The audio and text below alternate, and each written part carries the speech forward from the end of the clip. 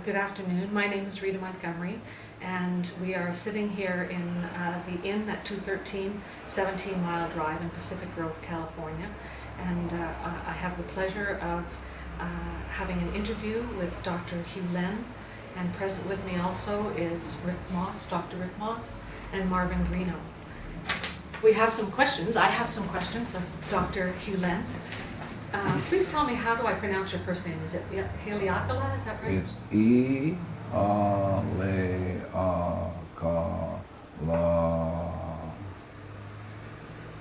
E-A-L-E-A-K-A-L-A. Thank you. Yeah.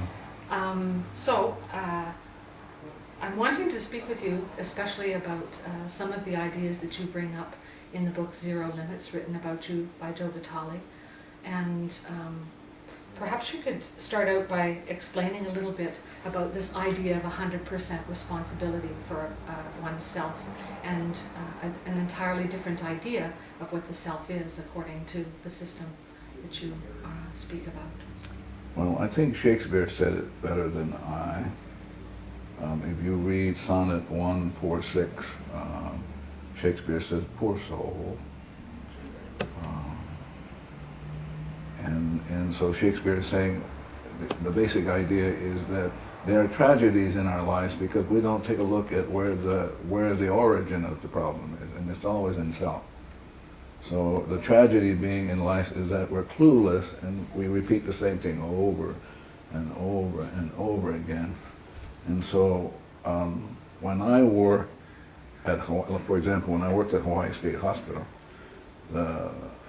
working with people killed, raped, and murdered people, I had to ask the question, what is going on in me that I'm experiencing this?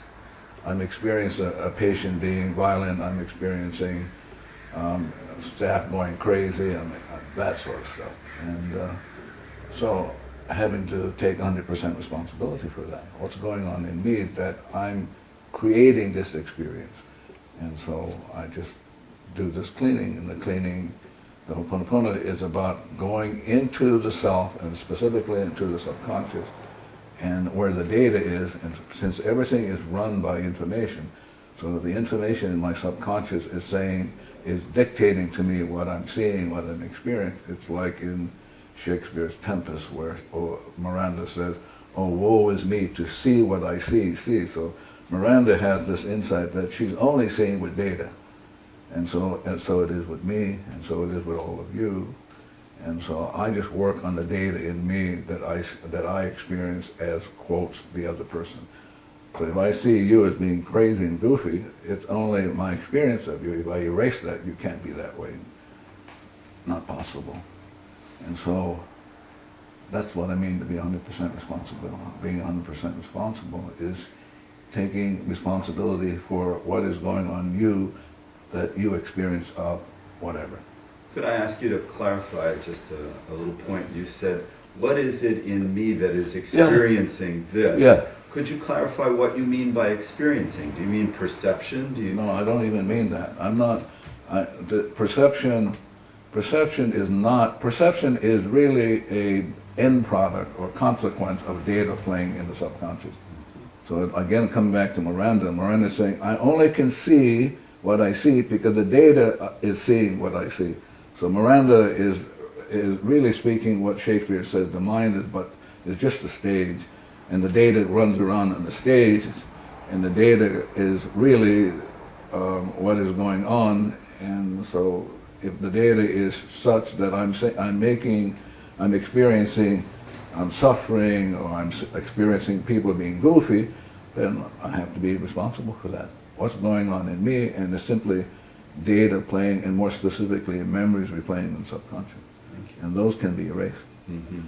I think that is probably the most profound thing about this Ho'oponopono, is that you could erase data. Could you give us an example of what it feels like or looks like for data to be erased, or is that not something that can be done in this kind of setting? I'm not sure what you're asking. Could you give us an example of cleaning? I mean, how do we erase the data within our own minds? Well, is that something that could be Yeah, Discuss. of course. You can teach it, trees can do it, cars can do it, anybody can do it. But the idea is the most fundamental question one needs to know is the question, who am I? And most people have no idea about who they are and therefore are not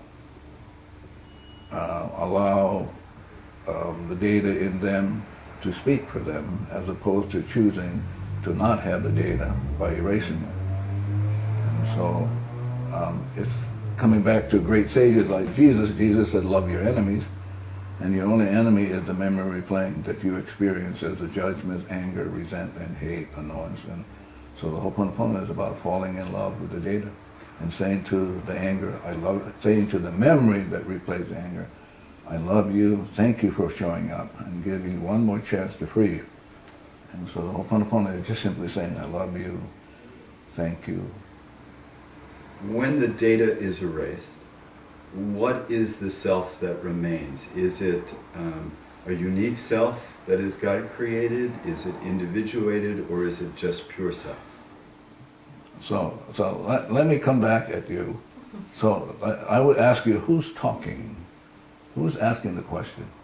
Well, that would be the data, and Yeah. because the other part of me would know the answer to that. Yeah, but I'm saying since the data is talking, you can erase the data. So I'm saying to people, no matter if you have questions, you'll never be able to get at what is going on because the data is running you. And the idea is to get to see, we historically have come from this notion that you can decode things. So the Greeks come along and Greeks said, well, let's examine, let's analyze. But the Ho'oponopono is not about examining or analyzing. Ho'oponopono is about letting go of the data. So when the data is erased, you are what Buddha called in the space of void, or what Shakespeare calls you're in the state of blank. And it is when you are in that state of emptiness, void, and blank, then this inspiration comes through. What quantum physics called the phantom force of nothing.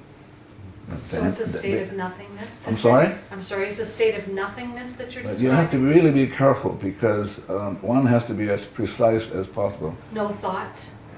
No words? No, not no thought, no data plane. So what does that mean to have no data free? That means you're free. You're absolutely free when no data plays. And it's only at freedom, or I'll use another word, clarity. Clarity is defined as no data playing. No data meaning no memory replaying in the subconscious that one experiences. So let's say you get the mind back to zero. Is what Jesus called the stone or the foundation. And only on that foundation then can you build something. And then out of that foundation comes the inspiration. And so you are moved by perfect information as opposed to being using dead information. Because most of the time we're dead.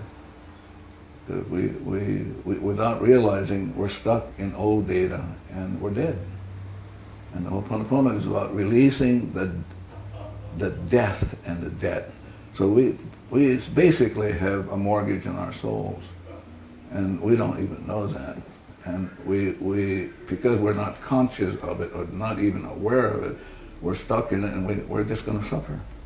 And it doesn't have to be so. But you can erase the data back to zero, and at zero, out of nothing comes this phantom force of inspiration. New data, brand new.